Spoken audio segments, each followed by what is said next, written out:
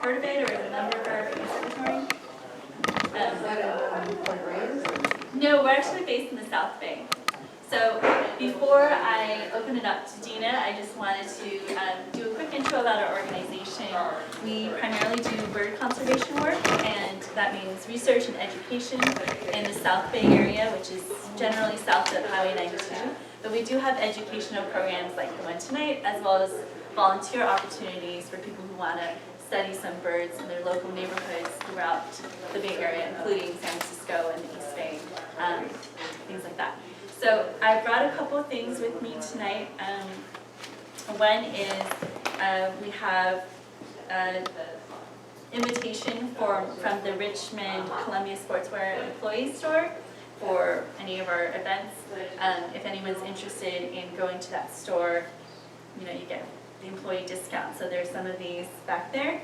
I also brought a brochure that kind of gives an overview of some of the work that we do as part of the organization, if anyone's interested in learning more about us or in volunteering opportunities.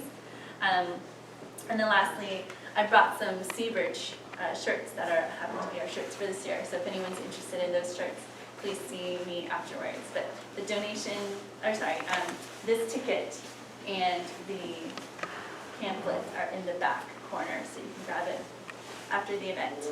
And then lastly, we like to kind of keep track of people who come, so if you don't mind putting your name, if you do have an interest in learning more about our events, you can put your email and interest and comments, so I'll just pass this around during the talk.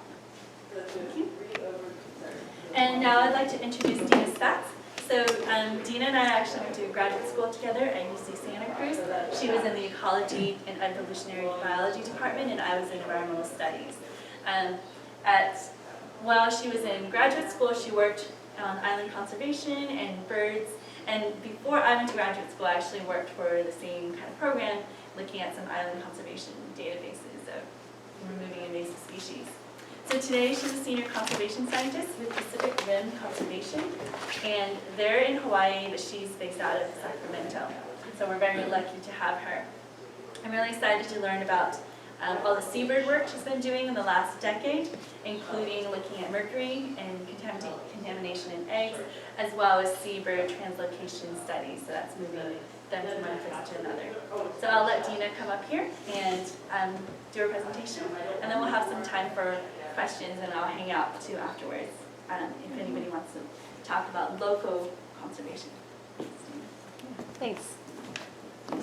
Well, thanks for having me here today. That was a nice introduction. I thought I would give a little bit more background about myself, since I don't know many of your faces. You might not know who I am, so I thought I would start by saying a little bit about me. As Midway said, I'm actually a UC Santa Cruz alum through and through. I went there for my bachelor's degree. I have another slug in the audience. I got a degree in anthropology and environmental studies, so I was in your department as an undergrad. And then about 10 years after that, I went back for my PhD in ecology and evolutionary biology. And in the 10 years in between, I dabbled in a bunch of different field jobs, just getting a feel for what was out there. I worked with marine mammals.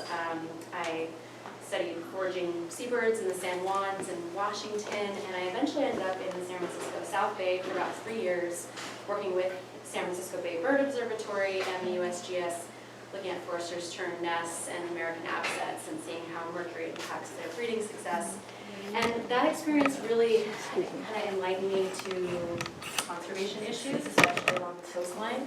And I found I really always had a passion working in coastal systems, and really ever since then, that's been my sort of framework of studying. So when I went back to grad school, I really wanted to apply what I had learned in the field and apply science to solving real-world conservation problems, and that's what I'll speak about today. So today's lecture, I'm focusing on seabirds, and so I'll give just a general background on what they are and why I think they're interesting. And then more importantly, I'll talk about saving seabirds and what we're doing to do that. And as has been mentioned, I'll be talking about how I use data science to think about seabird conservation at a global scale. And then I'll be speaking about active restoration techniques that we're using today to solve some conservation problems. So I'll go into details about that in a bit. But just taking a really big step back, the biodiversity of our planet has evolved over millions of years. And you may have heard the word biodiversity before. It's the variety of life from microorganisms to giant sequoias and whales. It's the ecosystems that hold our planet together. And it's important for a number of different reasons. And just from a human perspective, biodiversity tends to have ways in which it piques our interest. There's unique species across our planet. Sometimes they bring us joy or humor, or they're cute and fuzzy, and so it tends to bring us maybe some happiness just thinking about the biodiversity on our planet. Importantly, it's something that we can often experience or touch. Many people have their best experiences or memories or those times that they've spent in nature, and that's fueled by the biodiversity of our world. But really more in a practical sense, it's these different species and organisms functioning together that purifies water, purifies air, stabilizes climate. So it's really important for the lifeline of this planet. And unfortunately, as I'm sure most of you guys know or have heard in the news, we're in a biodiversity extinction crisis where we're losing species at unprecedented rates, has not been seen since the time when the dinosaurs went extinct 65 million years ago. So it's a really big problem. We're seeing gaps in ecosystems and we're losing species across our landscapes. And that's why I'm actually speaking to you today about seabirds, because they are at the heart of this biodiversity crisis. They are also disappearing at alarming rates. They make up 20% of marine extinctions. Their populations have been reduced by between 55 and 70%. So just think of all those birds that we don't see out in the world because they're already gone. And 30% of all seabird species are threatened with extinction. So they're the second most threatened group of birds on the planet behind parrots. So they really represent a great conservation need across the globe. So what are seabirds? I just thought I'd give a general definition. They are defined as a marine species because they generally spend most of their lives foraging at sea for plankton and fish and squid. And there are some common seabirds found in the Bay Area that you might know or be used to, and they might have different foraging capabilities than most seabirds that we see offshore, like California gulls. They're considered seabirds, but they don't usually leave the Bay Area. I like to call them bay gulls instead of seagulls for that reason. Sometimes they eat trash or other birds, and so foraging niches might be a little different among different seabird taxa, but what they all have in common is that they're obligated to breed on land. They are birds, they nest, they lay eggs, and that they can't do that in the ocean. So they tend to breed in colonies, mostly on islands, but sometimes on cliff sides. They go breed on their natal islands, which is the places where they were born. And they have really specialized adaptations in these places. So I just have an example here of BlackFooted Albatross doing a courtship display. They have these really interesting courtship displays that they do. They sometimes have these lifelong monogamous partnerships that start when they're 4 or 5 years old and go through at least in their 60s. They continue breeding. But what's really important to know and understand is that they really adapted to live in places that are really far away from people and any kind of disturbance. In fact, they evolved without any predation. And what that means is that adults can leave chicks like this. This is a wandering albatross on the Antipodes Islands off of New Zealand. They can leave their chicks for days or weeks at a time out in the open with no issues. Like, we would never see that in the San Francisco South Bay. A tern would leave its chick for that long and be gone because of predators. But most, not just albatross, but most seabirds have adapted to not have predation, and so they're able to have this happen.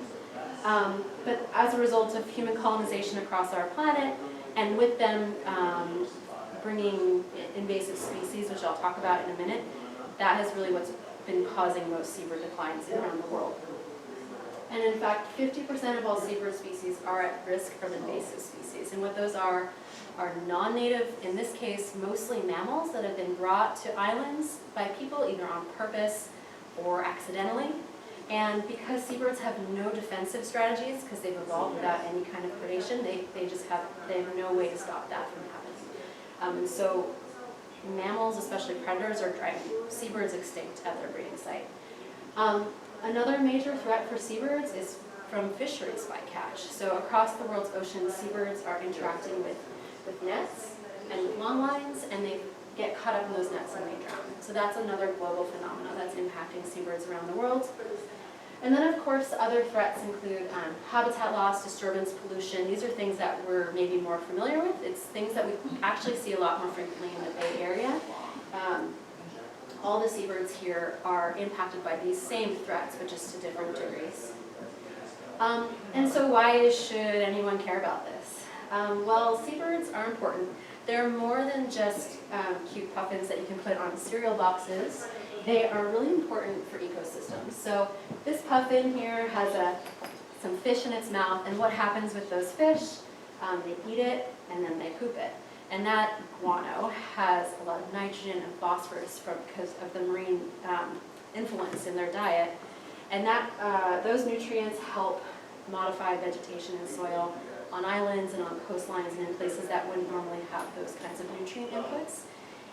It also can run offshore of islands with rains and stimulate growth in nearshore marine systems. So especially coral reef systems really benefit from seabird guano because the oceans right there don't actually have that much nitrogen in them. So they're really important for this sea to land and land to sea nutrient flux. And the other thing that I find really interesting is that seabirds are thought to consume 70 million tons of marine biomass annually across the globe. That's almost as much as what's taken by global marine fisheries. So we may have heard, the fisheries have been taking a lot of fish out of the ocean, but imagine seabirds are taking just about as much. So they have a really big influence in what's happening out in the oceans, as well as what's happening on land and in coastal systems. So they're really important for that reason. They're also really important for people. I mentioned guano. Guano's been used as a fertilizer around the world for centuries. So it's really fueled a lot of agricultural economies around the world. They often are a subject for ecotourism, also fueling those economies. And even to this day, they're still used as a food resource for a lot of communities, especially in the Arctic. So they have this really important role for ecosystems. They have a really important role for people. And so we know that they're really threatened. We know that they have these unique biological traits, and we know what their threats are. So now I'll talk about what we've been doing to try and stop those threats from happening. And as I mentioned, I'll talk about how I'm using data science to do that, and specifically using data science to identify conservation priorities. And I'm going to focus on that major threat that's causing seabird declines, which is invasive species on islands. Before I get into the actual data aspect of it, I thought I'd do a little bit more storytelling to just drive home the point of why I'm focusing on this. This is a story about Laysan Island, which is in the northwest Hawaiian Islands. It's a picture from the 1900s. This is a seabird colony before rabbits were brought there for a meat canning business in the middle of the Pacific Ocean. 20 years later, this is what the island looked like. Those rabbits, which are herbivores, ate all of the plants that are on the island. So 26 species of plants were extirpated from Laysan Island. Seabirds depend on those plants for their habitat, so they were gone as well. And 3 bird species went completely extinct off because of rabbits. So they're extremely devastating, and in only a 20-year period or less, this was able to happen. So it kind of sounds the alarms, but the good news is that those rabbits have since been removed from Laysan Island, and that can happen really, really quickly. And what also happens quickly is recovery. So this is what Laysan Island looks like today. Everything has come back. So with just a little bit of help and this conservation intervention, it works really, really well. Okay, just one other story. This is Natividad Island in Mexico, off the Baja Peninsula. This bird is called the black-vented shearwater. It was listed as threatened because introduced cats on that island were predating on chicks and adults. So in response to that, the local community that lived on the island went through a cat removal process in 1999. And after that cat removal, black-vented shearwaters did great. Their populations increased so much that not too long after that, they had their threat status removed. So that's what we're looking for. These birds are coming back from the brink.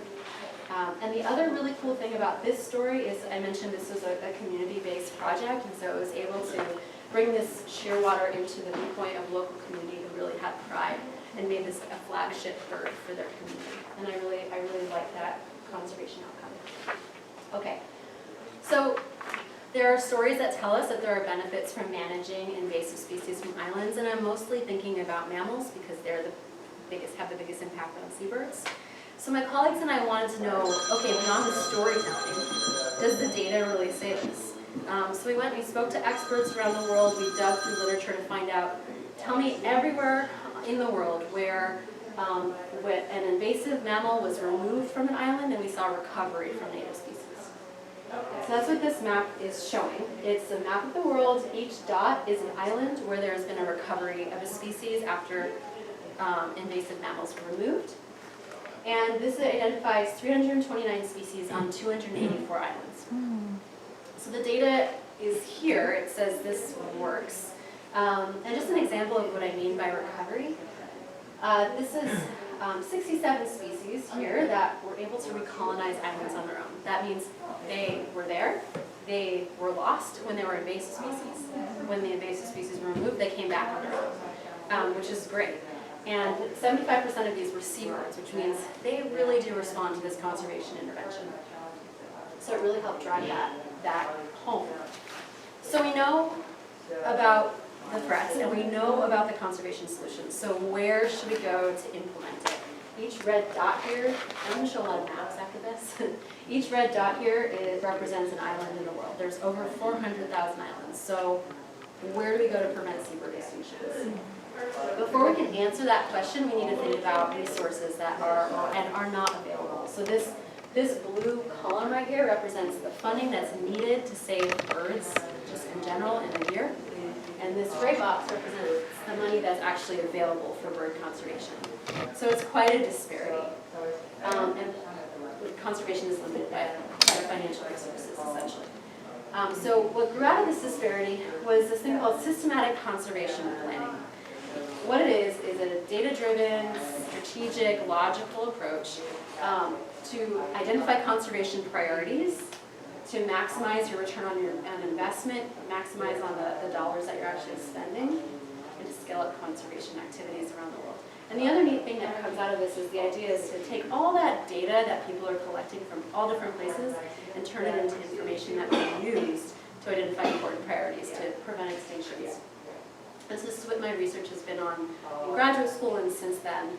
So specifically in identifying seabird conservation priorities. And to be able to do that, I had to answer some pretty basic questions, but that were foundational to getting this done. So one, where are seabird species threatened? There was no consolidated place to find this. Where are threats from invasive species? We've got to know where they are and where they're threatened before we can go and do something about it. And then once we have that, where are conservation opportunities? So those are the questions that I set out to answer.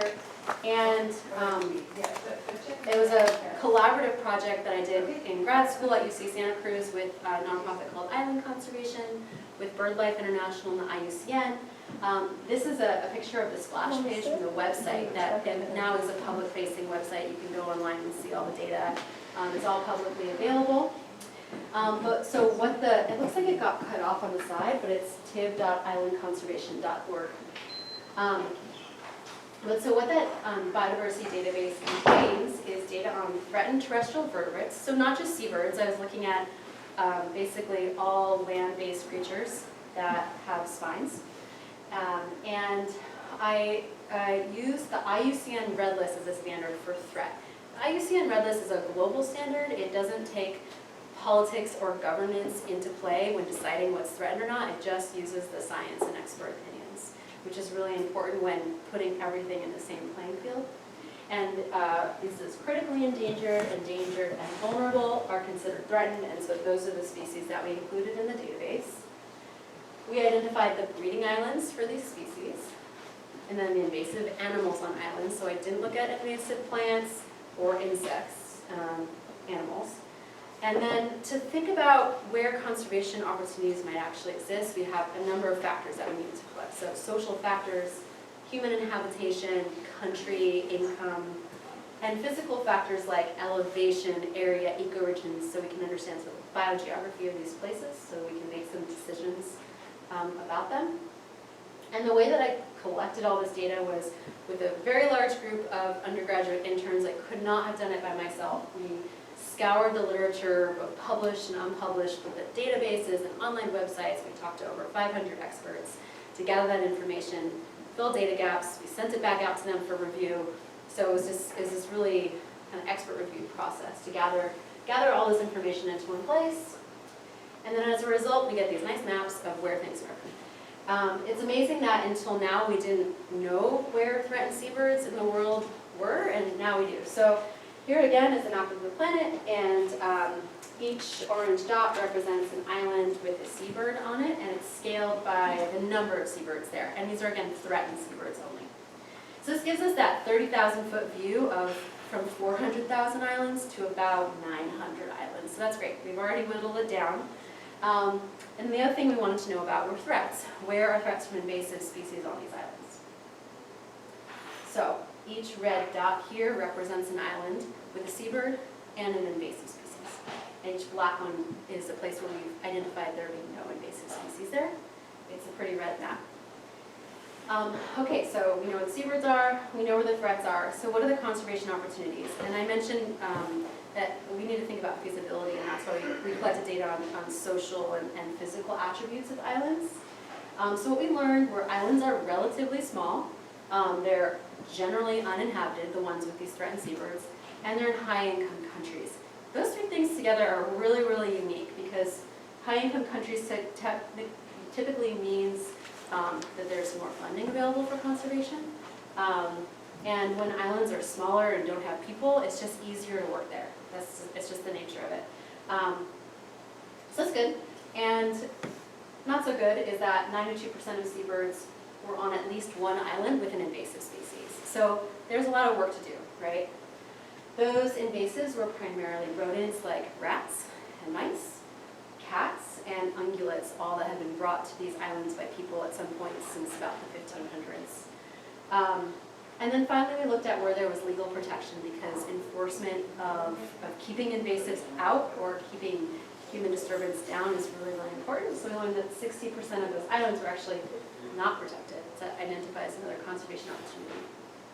So putting all this information into buckets, more or less, of conservation opportunities, have different conservation sort of ideas or management plans along the x-axis here, and the percent of islands in the database on the y. And just as an example of what this means is that, so over here I have maintain, and it means these are islands, so about 15% of islands with threatened seabirds don't have invasive species, and they're protected. That's great. So let's maintain them as that. Let's make sure they're biosecure and that we're enforcing that. Let's keep seabirds safe. Great. Moving on. On the other end of the spectrum, there's far more islands that have invasive species and are unprotected. So this just highlights the conservation need. And if we want to think about feasibility, can we actually go to these places and work? We can think about human population, for example. So the two green bars, green colors, are of islands that either don't have any people on them or have few people on them. And that, again, bodes really, really well for seabird conservation. It's not that we can't work in places with people, it's just easier to work in places without them. So it's a good conservation opportunity for them. And then lastly, again, this is the same global map, and now these dots are scaled by their importance for seabirds. They're conservation hotspots. They're places where there are the most threatened seabirds in one place.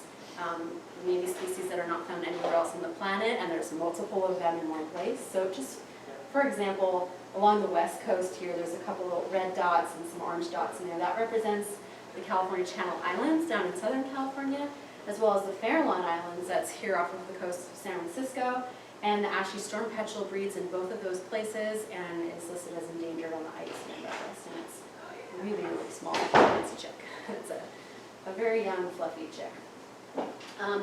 In Hawaii, which I've circled right here, there are 3 threatened seabirds that occur there.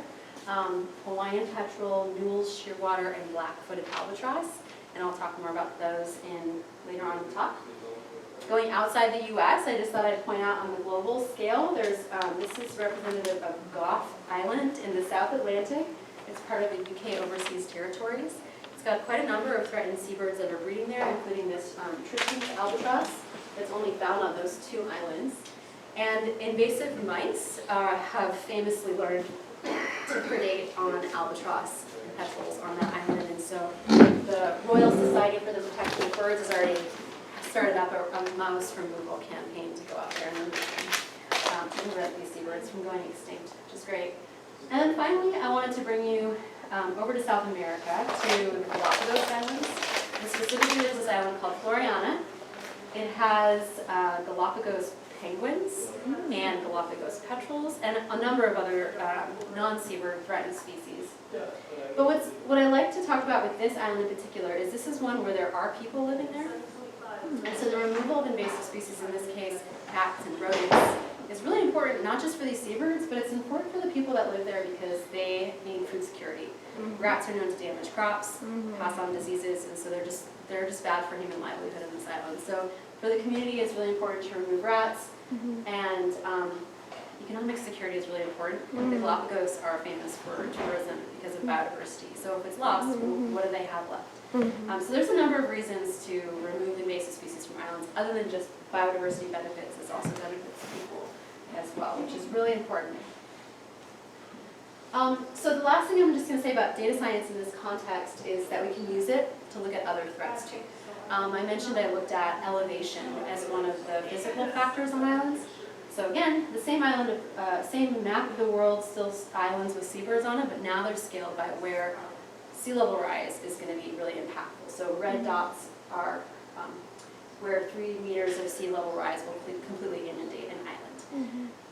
What this does is it doesn't say where to work or how to work. It just says here's where we might need to think about conservation in the near term versus in the long term. So, so this is a really important thing, and it's becoming more and more important to think about it in this context as climate change becomes more and more real. And this is what brings me to the last part of my talk, which is how we're currently managing invasive species as a threat inside this context of climate change at the same time. And that's what I'm doing with Pacific Rim Conservation. So they are a nonprofit based in Hawaii. I'm actually based in Sacramento. But their purpose is to conserve seabirds in Hawaii, but also across the Pacific. And they work there because seabirds in Hawaii, they face the same threats as seabirds around the world, but it's a bit more intensified there because it's so populated on those main islands. There's been a lot of habitat loss, a lot of extinctions.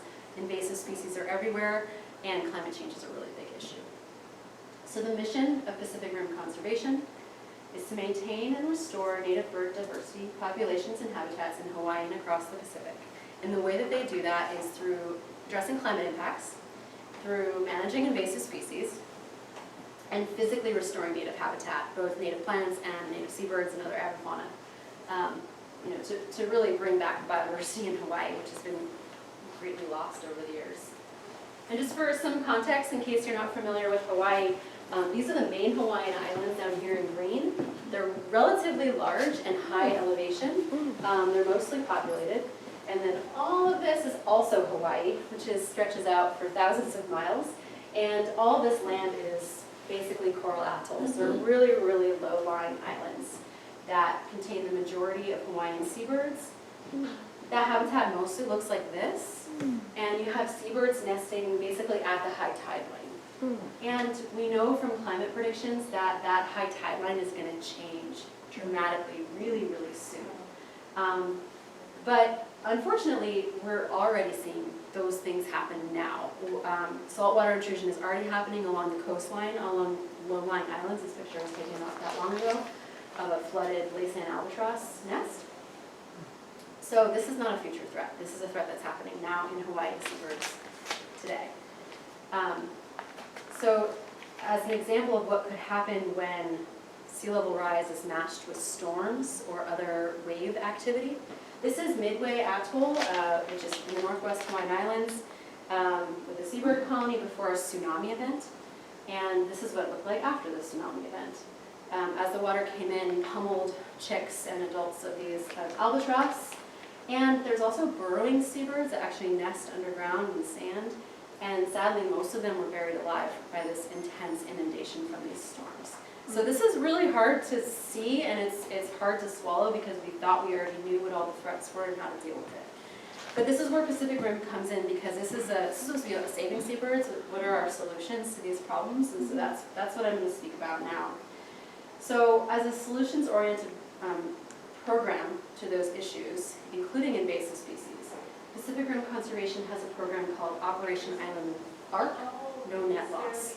And what that means is they have a goal to create new habitat for seabirds matching acre for acre what's lost to sea level rise.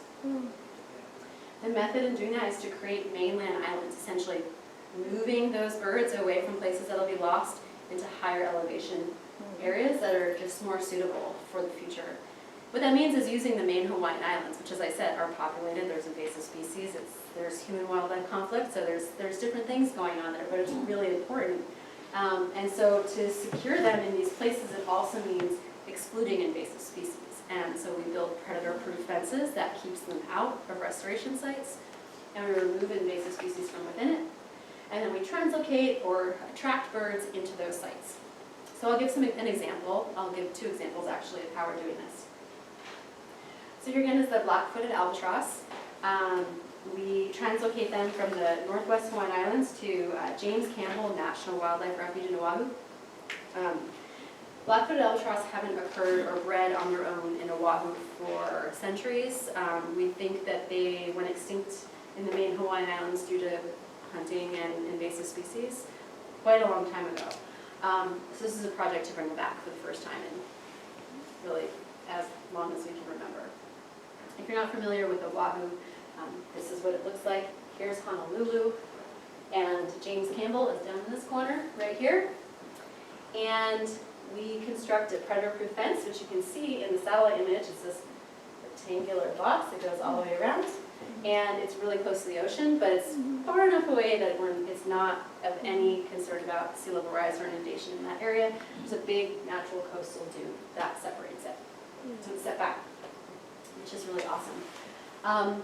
And then inside that predator-proof fence, this is what this looks like. Before we do anything with seabirds, we remove invasive plants. We put back in native plants. So this is the kind of vegetation that we'll see in the northwest Hawaiian Islands, and it's also all across the mainland islands too. We'll remove invasive species from inside the fence. So this fence keeps out everything from mice to pigs and goats and dogs and mongoose. So it works for all kinds of predators. It's really effective.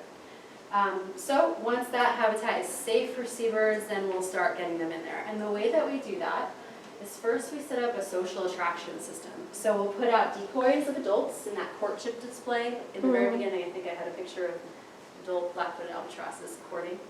We'll also set up a sound system that broadcasts their call, and that's both to hopefully lure in any birds that might be traveling out at sea, and then also just to create the sounds of a colony. And then we go to the northwest Hawaiian Islands. We take 25 seabird chicks a year, and we bring them into this restoration site. When they're there, we weigh them, measure them, do health checks almost daily until they're old enough to not need that anymore. In the wild, I mentioned seabirds can be left by their parents for days or weeks at a time while those parents go forage at sea to bring back food. So they're highly adapted to have kind of skip days in their diet. So when they're ready for that, we just try to mimic what's ever happening in the wild, but in captivity. But what's also unique about this is they're not really in captivity so much. They're actually in the wildlife refuge, outside. Each of them have their own shade structure, which also replicates what would happen in the wild. They'd be either under their parent or under vegetation to decrease heat stress. And they're allowed to move about on their own however they want. They often like to cuddle up with the decoys, and which is just nice that those are there for them. And they spend their time over a 4-month period getting rid of their down, building in their flight feathers, and just getting ready for the next step in their life, which is to start practicing flapping their wings that they can take to the seas eventually. And I really, really like this picture. This is taken about a week before